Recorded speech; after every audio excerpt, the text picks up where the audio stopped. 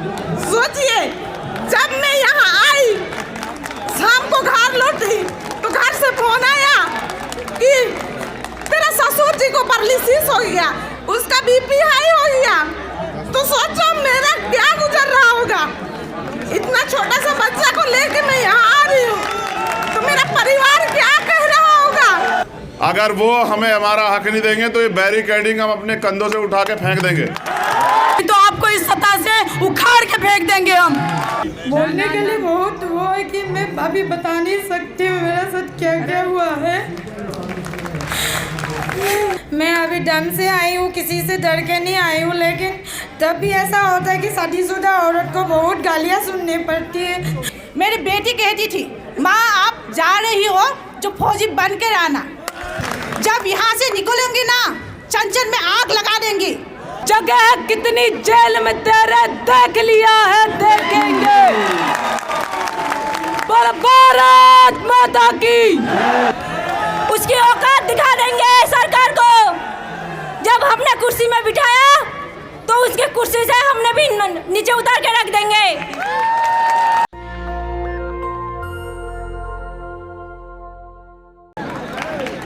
हम जो देखिए अभी आए हुए हैं, कितना दिन हो गया, कम से कम 11 महीना हो गया हम यही धरना में आ रहे हैं। हम अपना हक तो लड़ने आ रहे हैं भाई, भीख तो मांगने नहीं आ रहे ना। कोई भीख मांगने आए हो, कोई भीख मांगने आए हो तो देखिए, मैं इतना छोटा सा बच्चा को लेके 11 महीना आ रही हूँ। मेरा तो तकलीफ होगी ना, मेरा भी तो परेशानी होगी ना। मैं एक शादीशुदा हूँ, मेरा भी सास ससुर है। क्या सोच रहे होंगे, एक छोटा सा बच्चा को लेके हम बाहर निकलते हैं।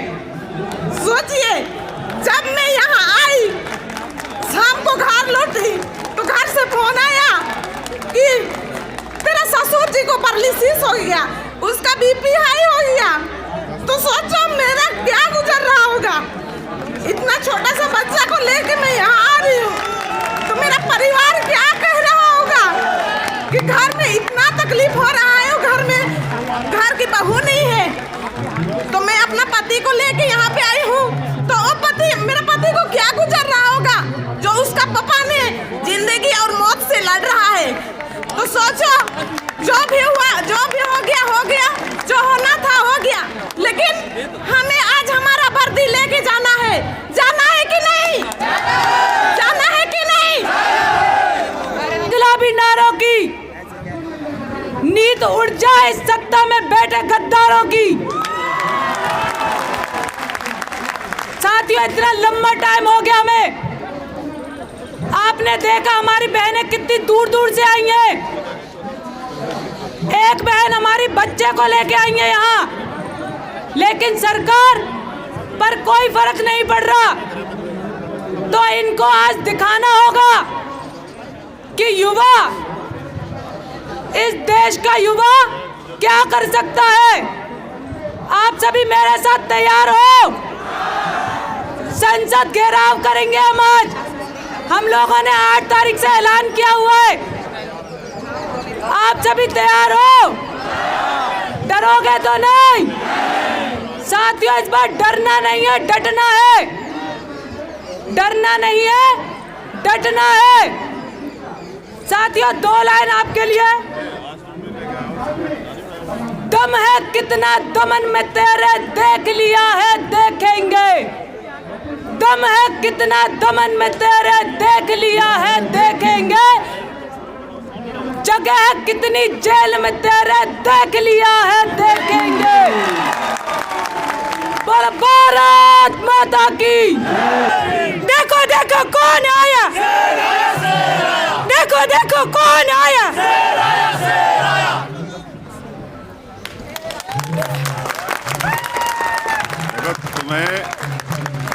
तुम्हें बोलना पड़े, नारों से काम नहीं चलेगा। ये हमें दे दो तिरंगा, लो पकड़ो। और यहाँ कोई नहीं, सिर्फ तुम अकेली। आज रोएंगी नहीं? हाँ, आज रोएगी नहीं हमारी छोटी बहन। आज वो अपने दिल की बात रखेगी, बिल्कुल नहीं रोएगी। वो आज बताएगी इन सब लोगों को, जो लोग यहाँ बैठे हैं, जो सिस्टम के लोग यहाँ खड़े हैं, उन सब लोगों को, कि ये देश सबका है। सुन नहीं पाएंगे। तू जितना बोलेगी ना सब सुनेंगे। तुम में से कौन कौन इसको सुनना चाहता है? हाथ खड़े करो। ये देखो, कोई ऐसा है जो यहाँ आया और तुम्हें ना सुनना चाहता हो? हम सब सुनना चाहते दोनों हाथ उठाओ, दोनों जो सुनना चाहते हैं।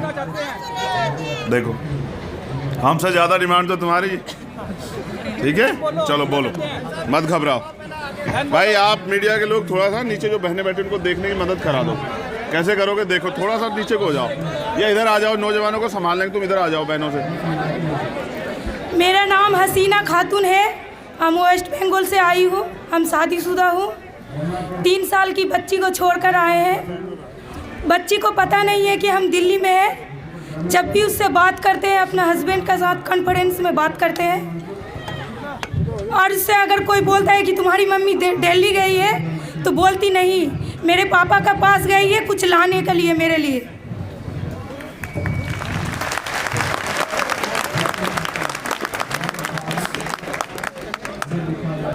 क्योंकि मेरा जुनून है वर्दी, हम देश का कुछ करना चाहते हैं, इसीलिए हम एनसीसी ज्वाइन किए थे। बीसी सर्टिफिकेट भी है हमारे पास। 2012 में हम रिपब्लिक डे कैंप में आए थे। इसमें मुसलमान और हिंदू कोई जाति नहीं चलता। यहाँ पे अगर किसी को कोई बता दे कि कौन सा जाति है तो हम अपना नाम बदल देंगे।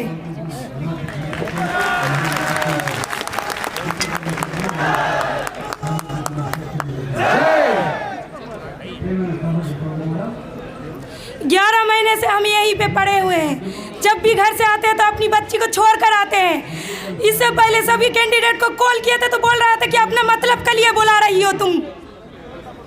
घर में हम झगड़ के आए, गांव में किसी को पता नहीं है कि हम दिल्ली में हैं। घर में किसी से पूछता है तो बोलता है कि वो मम्मी के घर पे है।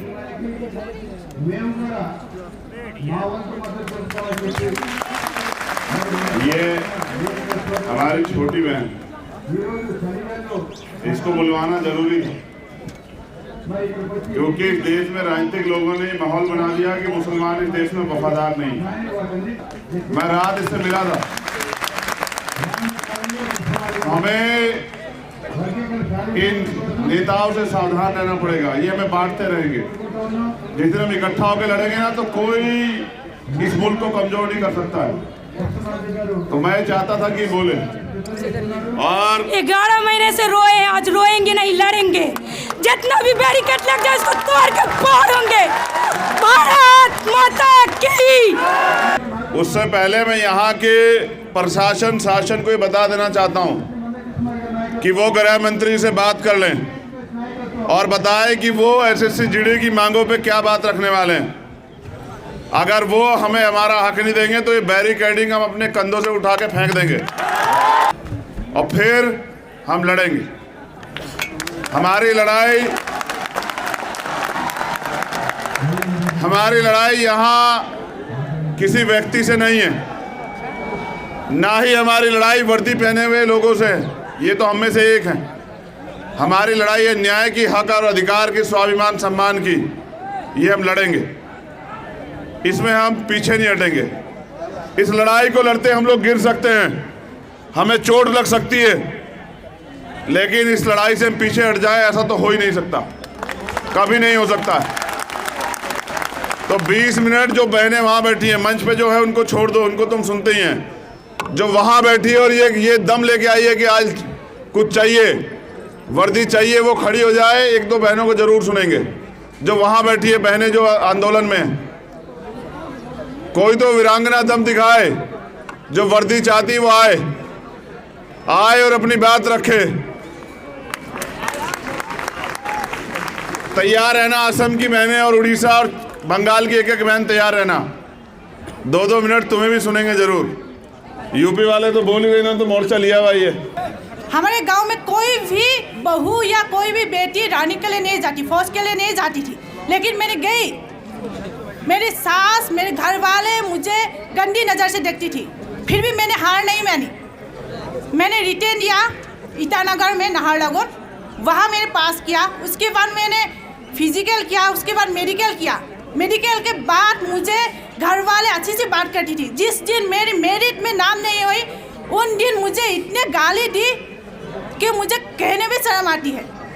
यहाँ मैं आई, घर से फ़ोन भी आती है, गाली भी देती है, लेकिन मैं हार नहीं मिली, क्योंकि मेरी बेटी कहती थी माँ आप जा रही हो जो फौजी बन कर आना, क्योंकि इस बार मैं फौजी बनकर ही जाऊंगी। जो सत्ता में बैठी हुई ना माननीय प्रधानमंत्री जी, आज इस बेटी एक एक आप पर भारी पड़ेगी।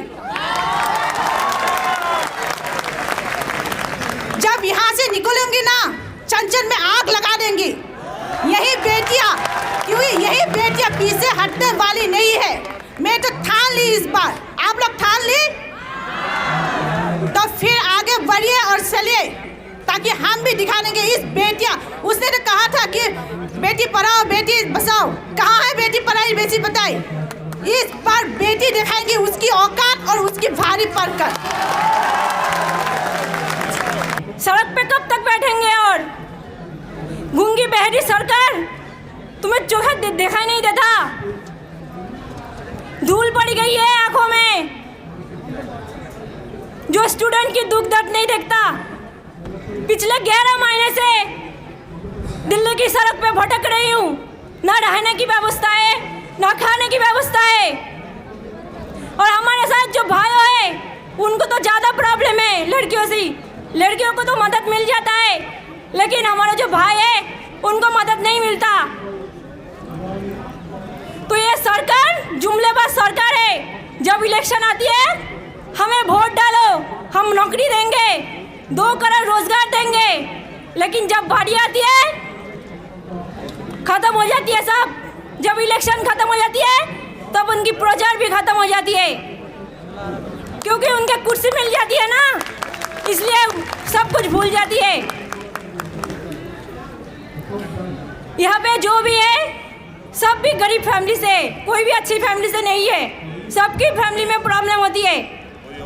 यहाँ पे आने जाने में कितनी तकलीफ होती है। और हमारे घर में वैसे कोई कमाने वाला भी नहीं है, तो हमें भी बहुत प्रॉब्लम होती है।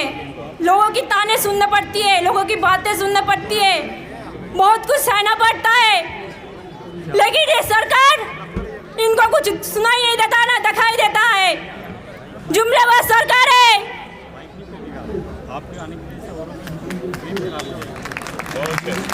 आप दिखाएंगे सरकार को युवा का शक्ति क्या है, स्टूडेंट पावर क्या है,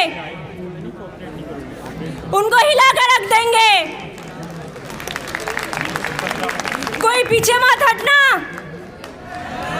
उसकी औकात दिखा देंगे सरकार को। जब हमने कुर्सी में बिठाया तो उसके कुर्सी से हमने भी नीचे उतार के रख देंगे। आप सभी से ये कहना चाहूँगी कि हम लोग जो बैठे हुए हैं कब तक बैठे रहेंगे? ये निर्दयी सरकार न सुन रही है न देख रही है। जब देखेगी नहीं तो सुनेगी कहाँ से? और इनको सुनना पड़ेगा। आज हम जिस अधिकार के लिए यहाँ पे बैठे हुए हैं ना, इनको या तो सत्ता से निकलना होगा या हमें हमारा वर्दी देना होगा। ये या तो हमें वर्दी दे या सत्ता छोड़ दे। सत्ता छोड़ने के लिए हम युवा ही काफ़ी है। अगर इनको ये समझ नहीं आ रही है तो ये सत्ता बस छोड़ दे, क्योंकि ये देश की नारी बोल रही है। अब ये देश की नारी का पावर अभी नहीं देखे हैं, इनके बच्चे नहीं है ना, इसलिए ये नहीं सुनते हैं। और हम अपने घर में झूठ बोल के आते हैं कि हमें हमारा अधिकार लेने के लिए जा रहे हैं। आज हम जिस लेवल पे हैं ना, आज हमें वर्दी मिलेगी, हम निराश नहीं होंगे। घर बैठने वाले को बस ये मैसेज देंगे कि तुम घर बैठे रहो, हम वर्दी लेके जाएंगे। और ये सरकार से ये अनुरोध है कि ये जब दूसरी सरकार रहती है तो ये बोलते हैं कि इनके सरकार में ऐसे हो रहे हैं, ऐसे हो रहे हैं। जब 2011 में मिल सकती है तो हमें क्यों नहीं मिल सकती है? 2011 में आप उसको वर्दी दिला सकते हैं तो 2018 वाले को भी दिला दो। और आप यहाँ पे कह दो आके कि हम आपको आपका अधिकार देंगे, नहीं तो आपको इस सत्ता से उखाड़ के फेंक देंगे हम। नारी का शक्ति आप नहीं देखे, अब आप SSC GD महिलाएं का शक्ति देखेंगे। और लास्ट में यही बोलेंगे, ये जिस्म मरना नहीं शहीदी चाहता है, ये जिस्म मरना नहीं शहीदी चाहता है, जिस्म कपड़े नहीं वर्दी चाहता है। जय हिंद। मैंने 4 बार डिफेंस में इंटरव्यू दी, असम पुलिस में 2 बार और एसएसबी में, उसमें मैं एक्सीलेंट आई थी और तभी भी मुझे नहीं मिली, पता नहीं किस लिए। इस बार भी ऐसा ही हुआ। मैं भी शादीशुदा हूँ। मैं ससुर जी और ससुर माँ को नहीं बताती हूँ। अपनी माँ का घर से तैयारी करने जाती हूँ वहाँ, और हस्बैंड का गांव में भी पूछते हैं कि वो लोग का बहू कहाँ चले गए। हस्बैंड भी बाहर रहते तो बीवी को अकेले कहाँ छोड़ते। बहुत मतलब ऐसे सवाल क्वेश्चन पूछते। मैं मामी का घर में जाके चुपके से रनिंग प्रैक्टिस करती हूँ, पढ़ाई करती हूँ ऐसे। फिर आके अभी तक मुझे जॉइनिंग नहीं मिली। यहाँ भी हूँ तो मम्मी लोग फ़ोन करके पूछते हैं कि तू कितना झूठ बोलेगा, कहाँ रहते हो क्या।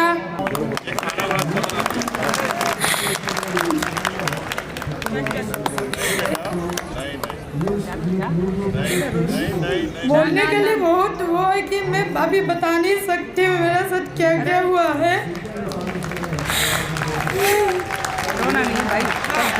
मेरी ससुर जी भी मुझे बहुत तंग करते हैं।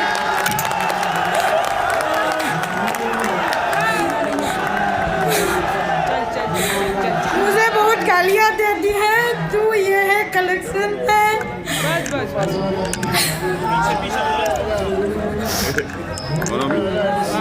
क्या हुआ बेटा, क्या हुआ? बहुत बोलना चाहती हूँ लेकिन मैं अभी बता बोलना? नहीं सकती। ये पानी देना, नहीं पानी पी के बोल मैं सरकार खिलाफ। स्टेटस भी नहीं डालती क्योंकि पता चलेगा घर में। कल से मतलब कर रही हूँ क्योंकि मुझे जॉइनिंग चाहिए। जो भी मुझे बुरा वाला बोले तो बोल देती है। नहीं भैया नहीं। पहले पानी दो, फिर हमारा एक कहावत है, पानी पी के मारना। तो जो भी कहना है पानी पी के ले। मेरी हिंदी इतना अच्छी भी नहीं है। हमारी आवाज आ रही है? जो लोग हमारी छोटी बहन मोनोमी को सुनना चाहते हैं हाथ उठाएं दोनों। देखो, तुम चुनाव लड़ो तो जीत जाओ, और ऐसा विधायक एमपी हो हमारा तो सदन में जाके बोले हमारे लिए। चलो बोलो। वीरांगनाएं आंसुओं से नहीं लड़ती, दम से लड़ती। बोलो। मैं अभी दम से आई हूँ, किसी से डर के नहीं आई हूँ। लेकिन तब भी ऐसा होता है कि शादीशुदा औरत को बहुत गालियाँ सुननी पड़ती है। मेरी सासू माँ बहुत अच्छी है लेकिन मेरी ससुर जी बहुत वो है कि मुझे बहुत गालियाँ पड़ती हैं। मेरे हस्बैंड को भी पता नहीं, मैं छुपा के रखती हूँ। गाली देते तो मैं हेडफोन लगा के सो जाती थी। मुझे मतलब वर्दी चाहिए, मुझे जॉइनिंग जैसे भी चाहिए। मेरे मम्मी पापा को भी मुझे देखनी है जो मुझे पैदा करके बड़े किए हैं, और मम्मी पापा को मैं बचपन से देखी हूँ कैसी गुजरा हुआ है। घर में बहुत सारा हम लोग, पापा का 4 भाई था, सब लोग पढ़ लिया और मेरा पापा को पढ़ने नहीं मिला। उसको गाय भैंस देखने के लिए उसका नहीं पढ़ाया गया। तो मैं इसीलिए पापा का दुख को समझ के मैं बहुत हार्डवर्क करके पढ़ के यहाँ तक आई हूँ। मुझे वर्दी चाहिए, मेरी मम्मी पापा को देखभाल करनी है। अभी मेरी पापा टीबी का बीमार है, 3 महीना हुआ है। मैं छोड़कर आई हूँ मेरी हस्बैंड को रख के। मेरी भाभी है, मेरी भाभी भी अनपढ़ आई है तो उसको भी पता नहीं दवाई कौन सा मेडिसिन टाइम पे देना है।